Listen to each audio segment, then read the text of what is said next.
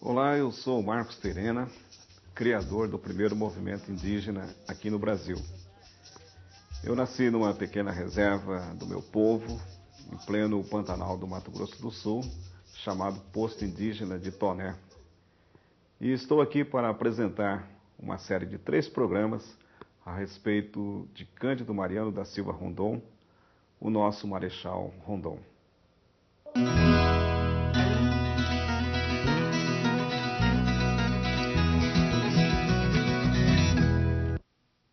Neste primeiro programa vamos falar sobre Rondon, suas origens desde Mimoso, no Pantanal do Mato Grosso, até o seu ingresso no Exército Brasileiro, o pensamento positivista e as expedições pelo interior do Brasil.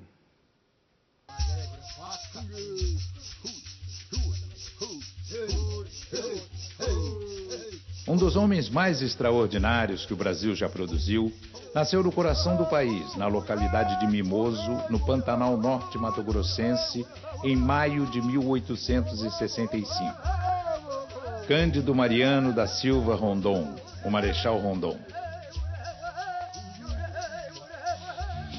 Cândido Mariano da Silva Rondon, brasileiro, único. Certamente nenhum brasileiro tenha feito tanto pelo Brasil quanto o Marechal Rondon. É também um dos vultos contemporâneos de nossa história mais lembrados e discutidos através de livros, teses acadêmicas e trabalhos audiovisuais. Apesar disso, Rondon permanece pouco conhecido pelas novas gerações de brasileiros. Com 93 anos de idade, Rondon morreu no Rio de Janeiro em 1958. Deixando uma obra monumental em várias áreas fundamentais para a formação da nação brasileira. Ele morreu de mão na minha mão. Eu senti as veias do Rondon velho pulsarem e enfraquecerem na minha mão, mão na mão. E ele morreu dizendo as diretivas positivistas: os vivos são cada vez mais dirigidos pelos mortos. Ele morreu dizendo as diretivas do catecismo positivista. O túmulo dele está lá com a máxima sagrada do positivismo. O amor por princípio, a ordem por base, o progresso por fim.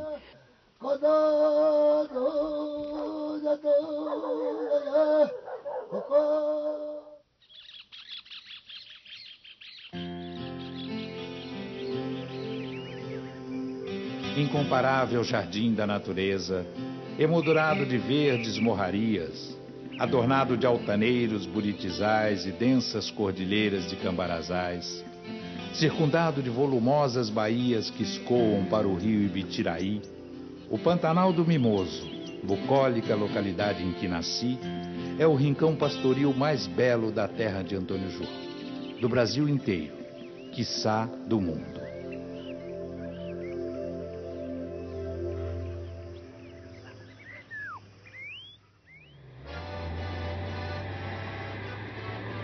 Nossa jornada se inicia exatamente na terra natal de Rondon, em Mimoso, onde fomos recebidos pelo casal Carlos Reiners e Nercina Silva, professores responsáveis pela Escola Santa Claudina, construída pelo Marechal em 1948. Quantas visitas ele fez aqui, depois que inaugurou a escola? Ele nunca deixava de vir aqui, né? E o nome da escola é Claudina, em homenagem à mãe dele. Rondon, ele morou aqui até quando tinha 7 anos de idade. Onde construiu a escola, era a casa do pai dele, onde ele nasceu, né? O povo daqui. Nossos anfitriões nos levaram a um casal de descendentes de Rondon que ainda vivem em Mimoso. Minha mãe, que era... não sei se era sobrinha também. Da mãe do Cândido Mariano. Era sobrinha. É, sobrinha. Meu avô chamava João Mariano. Era irmão do Cândido Mariano velho, pai do Cândido Mariano. Mais novo. Mais novo.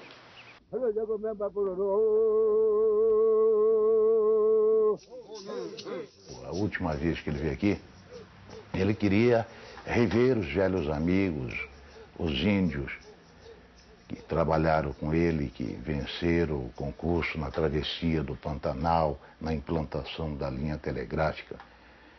E dentre esses índios tinha um que ele dedicava muito afeto, muito amor, muito carinho, porque era o sangue dele, e passou 50 anos trabalhando com ele.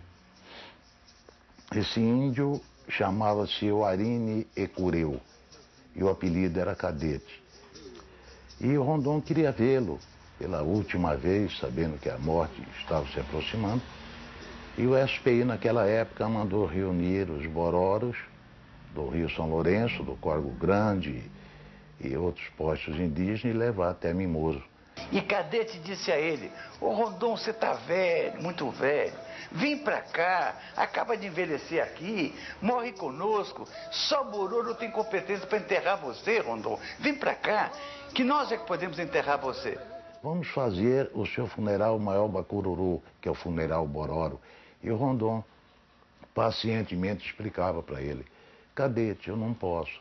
Nós convivemos juntos 50 anos, mas a minha família está no Rio de Janeiro, todos estão enterrados lá.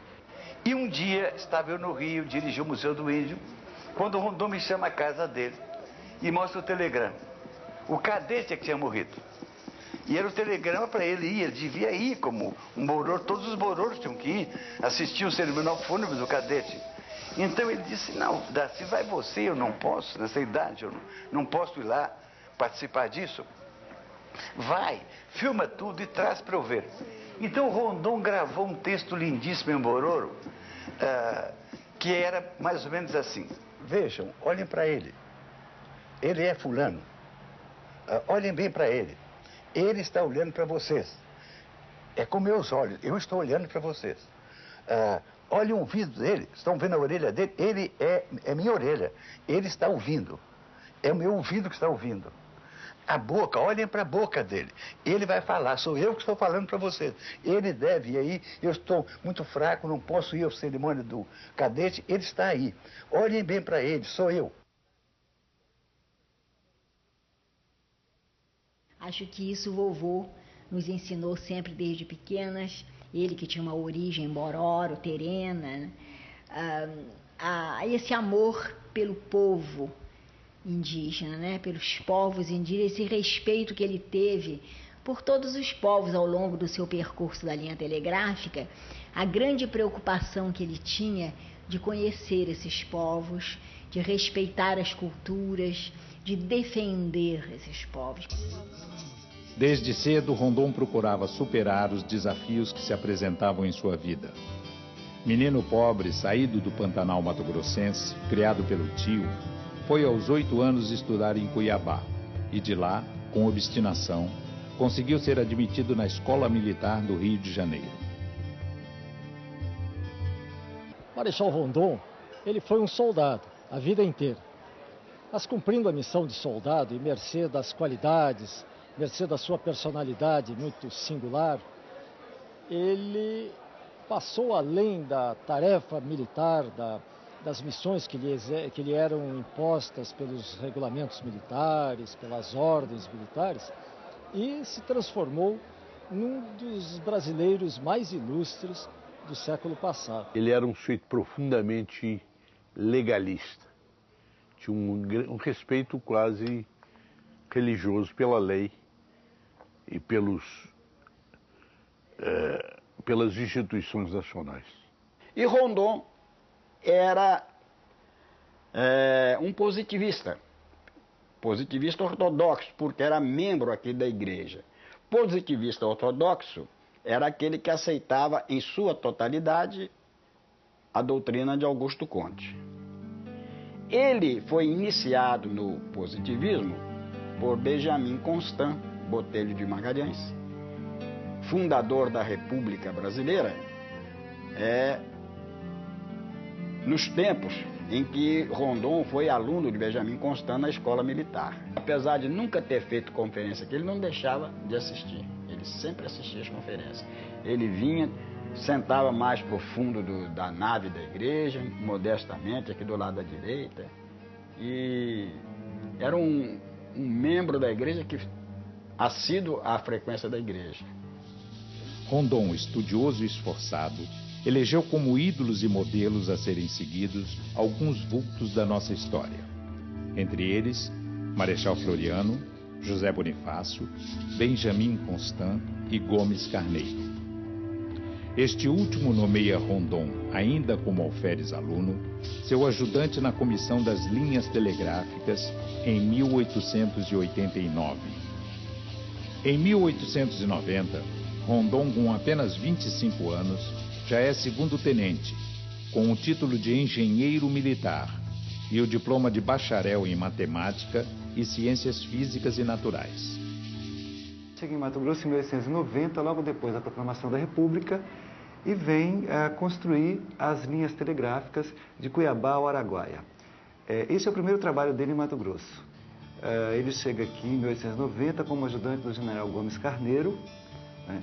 E nessa primeira fase, essa primeira linha, ela vai ligar Cuiabá ao Rio de Janeiro através de Goiás. Esta linha tem cerca de 500 quilômetros, né? Isso aqui é feito em um ano. E durante 8 anos ele vai ser encarregado pelo governo federal de reconstruir essas linhas e construir uma estrada que ligasse o Mato Grosso a Goiás e de Goiás ao Rio de Janeiro. Em 1900 ele é chamado ao Rio de Janeiro e é contratado para fazer aquilo que parecia impossível, que é a construção das linhas telegráficas de Cuiabá até a fronteira do Brasil com o Paraguai e com a Bolívia. Várias tentativas já tinham sido feitas no sentido de construir essa linha e todas tinham fracassado. Em 1906 ele conclui esse trabalho e em 1907 ele é convidado para a construção das linhas telegráficas do Mato Grosso ao Amazonas. Em 8 anos, entre 1907 e 1915, Rondon inaugurou 25 estações telegráficas e construiu 2.268 quilômetros de linhas, das quais 1.500 em terras desconhecidas.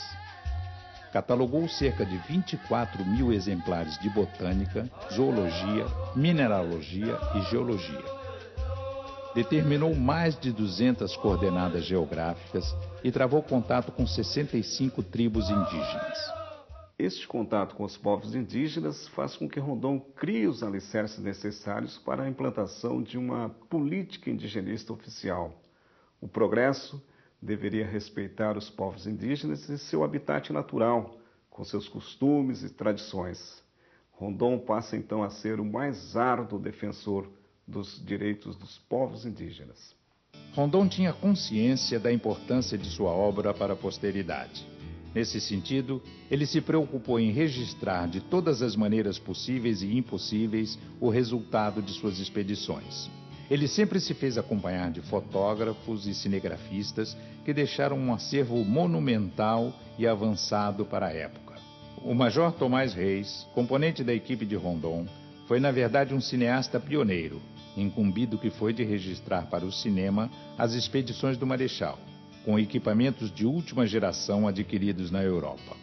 Os filmes da Comissão Rondon chegaram mesmo a ser exibidos nas salas de cinema com grande sucesso comercial, que contribuiu para arrecadar fundos para novas expedições. Ele foi capaz de perceber que a fotografia e o cinema dariam visibilidade à sua obra. Essa visão mercadológica de Rondon fez com que seu trabalho corresse mundo, o que levou o ex-presidente americano e naturalista Theodore Roosevelt a procurá-lo para realizar uma expedição que ficou conhecida como Expedição Roosevelt-Rondon.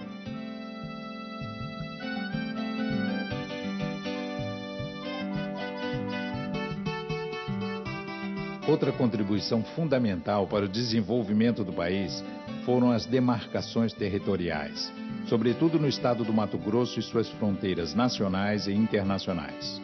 Os levantamentos cartográficos realizados por Rondon permanecem atuais até hoje. Ele fez um trabalho completo que hoje só via satélite para fazer. Completamente diferente. Veja bem que há poucos dias tiveram aqui comigo o pessoal do projeto Radan. E vieram conferir este mapa com o projeto Rondon.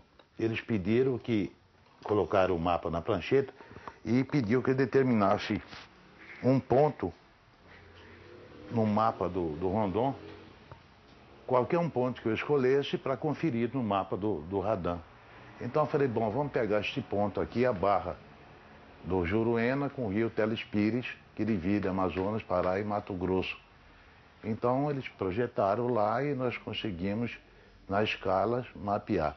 A diferença que deu da confluência destes dois mananciais para o radar foi simplesmente de 7 metros.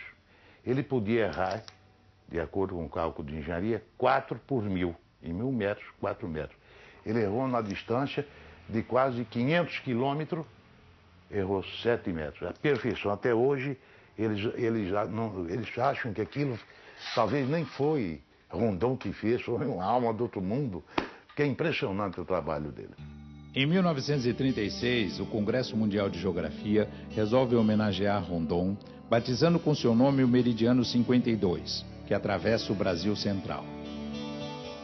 É isso aqui, ó. Ele passa pegando aqui, ó, Pará, Amapá, tá? Amapá, Pará, Mato Grosso do Sul, Rio Grande, Paraná, Rio Grande do Sul. No segundo programa, a política indigenista oficial, nascida da visão humanista de Rondon.